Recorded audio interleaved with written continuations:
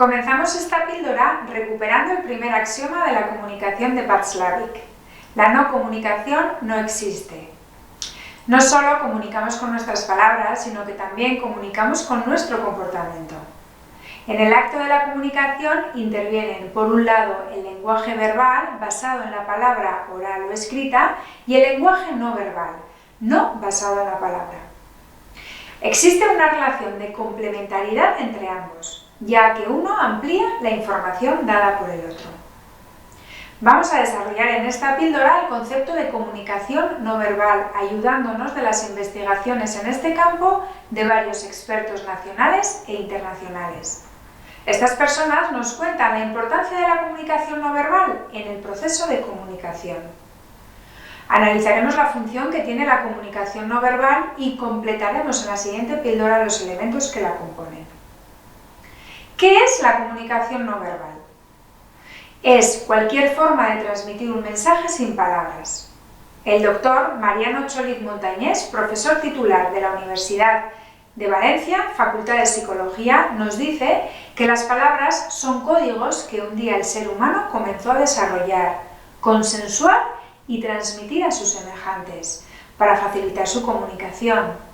Se transmiten de forma escrita, oral o mediante signos gestuales. Sin embargo, el ser humano, como la mayoría de los animales, comprende a sus semejantes desde mucho antes de la aparición del lenguaje verbal, gracias a la observación de sus gestos, sus movimientos, el tono de su voz, el volumen y toda una serie de indicadores que, a pesar de no haberse consensuado como código de comunicación, transmiten perfectamente las emociones, los deseos e intenciones de las personas.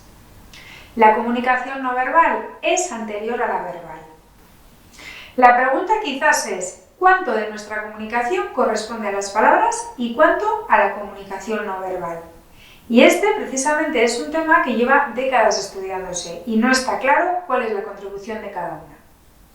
El psicólogo alemán Albert Mehrabian concluyó en los años 80 que cuando comunicamos emociones y sentimientos, más del 90% del mensaje recae sobre la comunicación no verbal.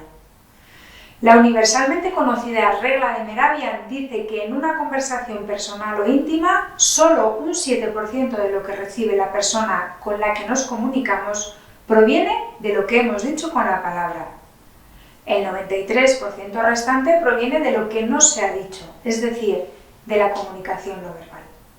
David Matsumoto, reconocido psicólogo e investigador en microexpresiones y emoción de comportamiento no verbal, ante esta pregunta responde: Está claro que las palabras son muy importantes y, como humanos, somos muy especiales porque tenemos ese lenguaje verbal que podemos crear, que hemos creado y que usamos para la mayor parte de nuestra comunicación. Y está claro que las palabras son responsables de mucha parte de la comunicación. Sin embargo, las palabras se encuentran a menudo encajadas en un contexto de conducta no verbal y de comunicación no verbal en general.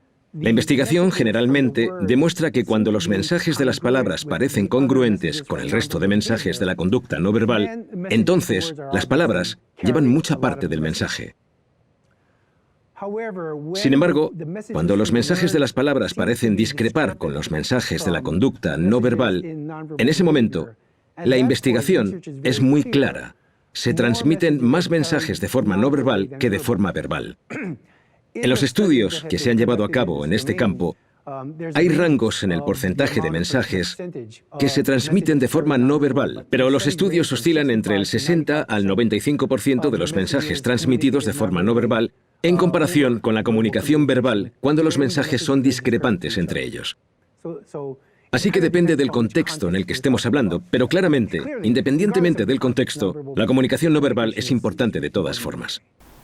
¿Qué función tienen los componentes no verbales en el proceso de comunicación?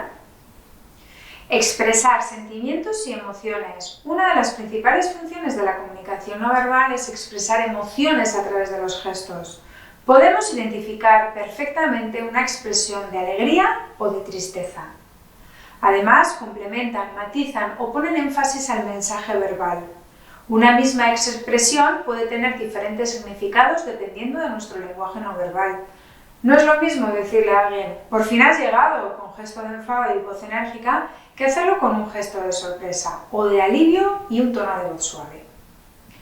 Reemplazar a las palabras. Un ejemplo puede ser cuando abrimos los brazos hacia los lados y nos encogemos de hombros a la vez que subimos ligeramente las cejas. Indica que no sabemos algo.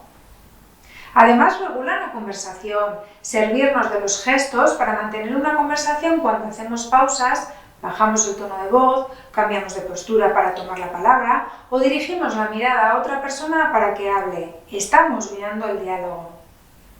La comunicación no verbal soluciona dificultades al hablar. Por ejemplo, si no recordamos algo o tenemos dificultades para expresarnos, empleamos recursos como los sonidos o gestos que nos ayudan a expresarnos hasta que damos con las palabras adecuadas. Favorecen las conversaciones simultáneas, como cuando hablamos por teléfono y a la vez movemos la mano hacia adelante y hacia atrás para decirle a alguien que entre en el aula. Terminamos esta píldora en la que hemos analizado cuánto de nuestra comunicación se transmite de forma no verbal y la función de la comunicación no verbal en el proceso de comunicación.